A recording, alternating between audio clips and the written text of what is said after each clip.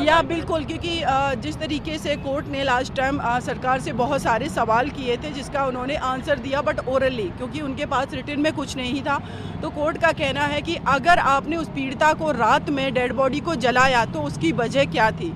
इनका कहना था लॉ एंड ऑर्डर फेल हो सकता था। तो कोर्ट ने कहा कैसे, उनका कहना था कि वहाँ पर गैदरिंग बहुत ज़्यादा थी। तो कोर्ट ने रिपोर्ट मांगी है कि आप मुझे पहले प्रूफ दीजिए कि कितनी गैदरिंग थी, क्या वहाँ लॉ एंड ऑर्डर इतने कम पीपल डिस्टर्ब कर सकते थे। जैसे कि फैमिली का कहना है, या हम सब ने देखा और मीडिया ने भी दिखाया, करीब 500 मीटर के सराउंडिंग वहाँ पर कोई पर्सन नहीं दिख रहा था। सिर्फ फैमिली मेम्बर्स थे, जिसमें भी 50 से 60 लोग होंगे जिनको पुलिस ने डिटेन कर रखा था। और ज़्यादातर उस पॉइंट पर जहाँ पर पीड़िता का दाह संस्कार किया गया, वहाँ पर कम से कम 200 से 250 के नियर अबाउट पुलिस ऑफिसर्स ही थे। तो कैसे ये लॉ एंड ऑर्डर फेल हो सकता था, ये बड़े क्वेश्चंस थे। अब आज कोर्ट में जो स्टेट गवर्नमेंट है वो रिपोर्ट सबमिट करेगी। मैं देखती हूँ उस पर कि क्या ये रिपोर्ट में बताते हैं। लेकिन जो मीडिया में चीज़ें चली, जो हम लोगों ने देखा सभी ने, उसके अलावा एडीजे का स्टेटमेंट हम सब ने देखा कि सीमन नहीं पाया गया इसलिए रेप नहीं हुआ। तो ये एक ऑफिसर जिसका काम है सिक्योरिटी प्रोवाइड करना लोगों को, वहाँ पर जो भी पीसफुल माहौल है वो डिस्टर्ब ना हो, लेकिन उनके स्टेटमेंट के बाद आपने देखा वहाँ पंचायतें शुरू हो गई कि रेप नहीं किया गया, मेरे बच्चों को फॉल्सली फंसाया जा रहा, जबकि रेप की डेफिनेशन ही अलग है। उस पीड़िता के साथ रेप हुआ है, उनकी जो फॉरेंसिक रिपोर्ट है उसमें पुष्टि हुई है उसकी, फिर ये किस तरीके के स्टेटमेंट दे रहे। तो ऐसे ऑफिसर्स के, डीएम का स्टेटमेंट देखिए आप, उन्होंने कहा कि अगर पीड़िता कोरोना से मर जाती तो आप सोचिए वो जब ये स्टेटमेंट दे रहे हैं तो उनके अजम्पशंस क्या क्या होंगे कि ये तो ऐसे परिवार हैं, ऐसे आम नागरिक हैं, इनके कोई वैल्यूज नहीं है, इनके कोई राइट नहीं है, हम कुछ भी बोल के निकल जाएंगे। तो ये कोर्ट मुझे लगता है कि डायरेक्ट अपने जजमेंट जो भी आएगा बहुत अच्छा आएगा। आज सुनवाई होनी है कि एक मैसेज देश को जाएगा कि इस देश के हर नागरिक का इक्वल अधिकार है, उसके राइट का, आर्टिकल 21 का, आर्टिकल 19 का, उसको जीवन जीने का अधिकार है, गर्मामय माहौल में जीवन जीने का अधिकार है। देखिए जिस तरीके से लास्ट जो 12 अक्टूबर को सुनवाई हुई थी, कोर्ट ने जितना भी ऑफिसर्स थे जिनकी नेग्लिजेंसी के वजह से उस बेटी के साथ जो क्राइम हुआ उसको वो रोक नहीं पाए, उसके बाद जिस तरीके से रात में अंतिम संस्कार किया गया तो कोर्ट ने उनको फटकार लगाई थी।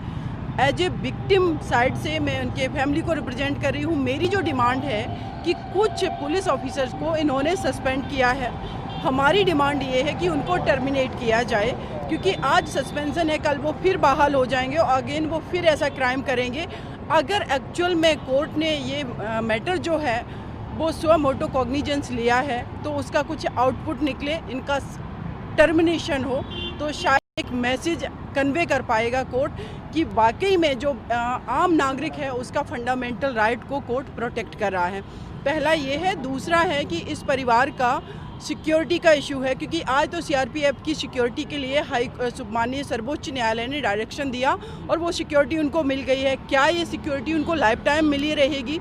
क्योंकि जिस एरिया से ये लोग आते हैं वहाँ पर एक्यूज की जो फैमिली है वो काफ़ी इन्फ्लुएंसिव फैमिली है, पॉलिटिकल इन्फ्लुएंस है उनका, सारी चीज़ें हैं। तो फ्यूचर में उनके साथ ये इशू हो सकता है कि उस परिवार की सिक्योरिटी का इशू रहे।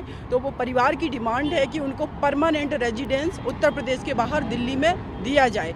उसके अलावा माननीय उत्तर प्रदेश के चीफ मिनिस्टर योगी आदित्यनाथ जी ने विक्टिम जो पीड़िता थी उनके फादर को ये कमिटमेंट किया था कि एक पर्सन को सरकारी नौकरी दिलवाएंगे, लेकिन वो आश्वासन पर अभी तक कोई भी काम नहीं हुआ है।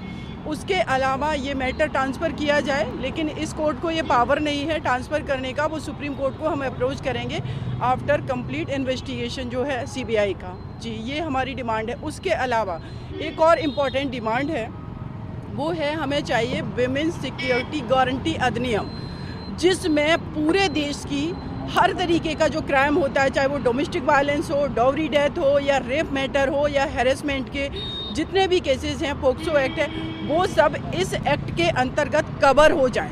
क्योंकि इशू ये है कि अगर एक फीमेल के अगेंस्ट क्राइम हो रहा है, जैसे कि आपने डोमेस्टिक वायलेंस एक्ट बना दिया, लेकिन वो फीमेल जो ना तो मेंटली स्ट्रॉन्ग है सोसाइटी की सिक्योरिटी रीजन के वजह से, ना वो फिनांशली स्ट्रॉन्ग है क्योंकि डिस्क्रिमिनेशन परिवार के अंदर है, ना वो किसी भी तरीके से स्ट्रॉन्ग नहीं है। जो पर्सन स्ट्रॉन्ग नहीं है, अगर उसको आप कानून बना के दे भी देते, उसका इम्प्लीमेंटेशन वो कैसे कराएगी, अपने लिए फ़ाइट कैसे करेगी? तो जब भी किसी फीमेल के अगेंस्ट क्राइम हो, सबसे पहले उसको कंपनसेशन दिया जाए, जो कि काफ़ी फिनांस के रूप में जिसको हम देख सकते हैं। उसके बाद उसको सिक्योरिटी प्रोवाइड करवाई जाए, उसके अलावा उसको free of cost legal aid provide करवाया जाए। अभी बहुत सारी फीमेल को यही नहीं पता है कि उनको सरकारी वकील भी मिल सकता है, तो ये हर तरीके का उसमें कवरिंग हो। दूसरा, आप देखेंगे कि फॉरेंसिक लैब हमारे पास बहुत कम है। जब भी रेप मैटर्स होते हैं, एक फॉरेंसिक रिपोर्ट आने में 6 महीने लगते हैं, तो फिर कैसे fast track court case final होगा, कैसे टाइम बाउंड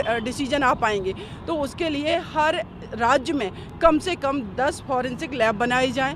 ये सारी चीज़ों पर बात होगी, और जो भी विमेन के अगेंस्ट क्राइम हो रहे हैं उसमें कम से कम 6 महीने के अंदर कन्विक्शन हो, वो भी अपील तक डिसाइड हो, ना कि सिर्फ डिस्ट्रिक्ट कोर्ट में, और टाइम बाउंड हो। ये सारे हमारे उसमें डिमांड रहेंगे, जो भी महिला सुरक्षा गारंटी अधिनियम है।